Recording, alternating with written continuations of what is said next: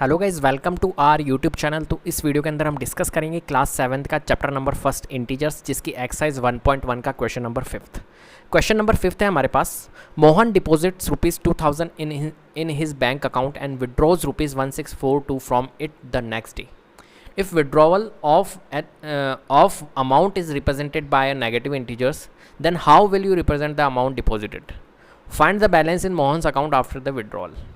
ठीक है, तो मोहन ने भाई डिपॉजिट करे 2000 रुपीज़ उसके बैंक अकाउंट में, और नेक्स्ट डे गया वो निकालने वापस से पैसे, लेकिन कितने रुपए निकाले उसने? 164, है ना भाई। हम जा रहे हैं बैंक में, और बैंक में हमने कितने डिपॉजिट कराए, देखिए आप समझने की कोशिश करना। डिपॉजिट कराए मैंने 2000 रुपीज़।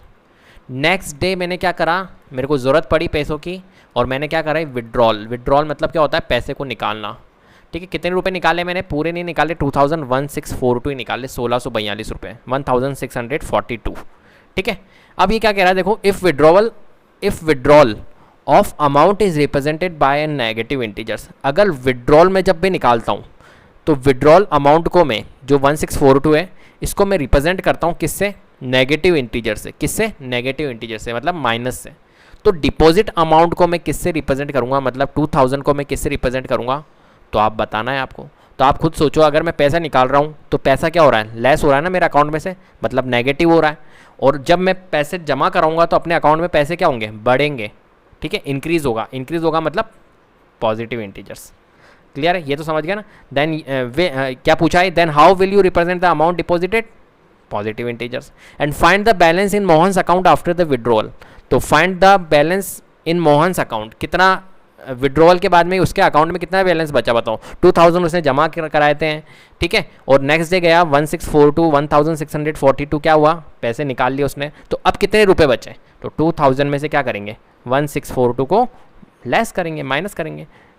क्लियर है ना बात? अगर मैं आपको मान के चलो कि मैंने आपको 100 रुपीज़ दिए, ठीक है, आज मैंने 100 रुपीज़ दिए, अब कल आप आ रहे हो मेरे पास में, मैंने कहा मेरे को 40 रुपीज़ दो, ठीक है, मैंने 40 रुपीज़ ले लिए। अब आपके पास में कितने रुपए बचे? तो आप कहोगे 100 में से 40 माइनस लेस कर देंगे, तो अब हमारे पास में 60 रुपीज़ बचेंगे। तो ऐसे 2000 रुपीज़ थे उसके पास में, आपका अकाउंट में। ठीक है, नेक्स्ट डे क्या हुआ, उसको ज़रूरत पड़ी पैसों की, तो 1642 मतलब 1642 उसने निकाल लिए। तो अब उसके अकाउंट में कितने रुपये पड़े? तो 10 में से 2 गए, हमारा 8। अब यहाँ पर देखिए, थोड़ा सा कैलकुलेशन सही कीजिएगा। 10 में से 2 जाएंगे, क्योंकि ये 10 0 में से 2 जा नहीं सकते, तो 2 जो है वो देखो 0 दे ही नहीं सकता इसको कैरी, ये खुद भी 0 है, ये भी 0 है, 2 इसको कैरी देगा। तो जब 2 इसको कैरी देगा तो ये क्या बन जाएगा? हमारा 10 बन जाएगा। अब 10 में से 2 लेस करेंगे तो 8 आएगा। क्लियर है? अब देखो 10 में से 2 लेस किया तो क्या कितना आया? 8 आया। अब ये जो 0 था ना, ये हमारा 9 बन चुका है, ये बात ध्यान रखेगा। और ये वाला 0 भी हमारा 9 बन चुका है। ठीक है, जब भी कैरी दिया जाता है तो ये बीच के जितने भी जीरोज़ होते हैं वो क्या बन जाते हैं? हमारे 9 बन जाते हैं। ठीक है, तो ये 9 बन गया, तो 9 में से 4 लेस होगा तो कितना आएगा? 5 आएगा। फिर 9 में से 6 लेस होगा तो 3 आएगा। और ये 2 जो था उसने कैरी दी थी एक, तो यहाँ पर कितना बचा? 1 ही बचा। 1 में से 1 माइनस होगा तो 0 आएगा। तो बस कुल मिलाकर 3, 5, 8 इसका आंसर आएगा। क्लियर है? तो समझ गए आप, कोई दिक्कत ही नहीं है। अब मैं आपको क्या करवाता हूँ, इसका थोड़ा सा फेयर आउट करवाता हूँ लैंग्वेज के फॉर्म में, आप कैसे लिखोगे इसे। तो deposit amount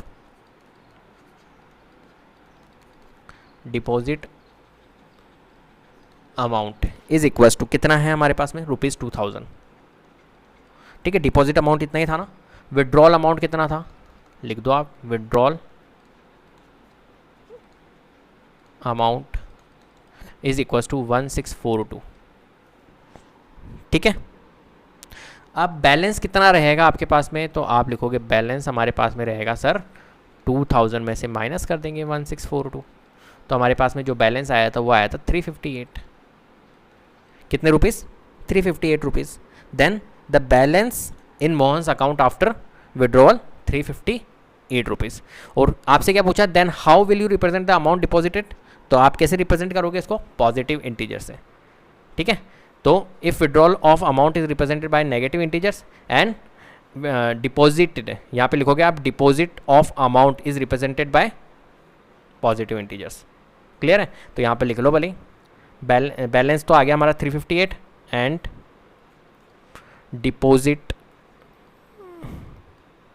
deposited of amount is represented by positive integers, ठीक है, ये आप लिख सकते हो। स्टेटमेंट इसकी बैलेंस की आपको लिखनी है तो बैलेंस की भी स्टेटमेंट लिख लो। Hence the balance in Mohan's account, in Mohan's account after withdrawal is equals to 358, ठीक है, क्लियर है बात। विड्रॉल इज ऐसे लिख देना, इज 358, इज रुपीज़ 358, क्लियर है बात। तो इतना इजी क्वेश्चन था, कुछ भी नहीं है। बैंक में आप जा रहे हो, पैसा आपके जमा करा रहे हो, नेक्स्ट डे आप निकाल रहे हो, तो कितना बैलेंस रहेगा, बस ये बेसिक सा क्वेश्चन है ना। तो बस कैलकुलेशन का ध्यान रखना थोड़ा सा, यहाँ पर जैसे 2000 में से 1642 आपने लेस किया ना, तो ये आपको पता होना चाहिए, क्लियर है। मैंने आपको बता दिया कैसे कैलकुलेशन करना है। तो फ्रेंड्स, अगर वीडियो पसंद आई है तो प्लीज़ लाइक कीजिए, शेयर कीजिए और चैनल को सब्सक्राइब कर लीजिएगा और बेल आइकन को जरूर प्रेस कर लीजिएगा, जिससे कि अपकमिंग वीडियोज़ के नोटिफिकेशन आपको टाइम टू टाइम मिलते रहे। Thank you so much.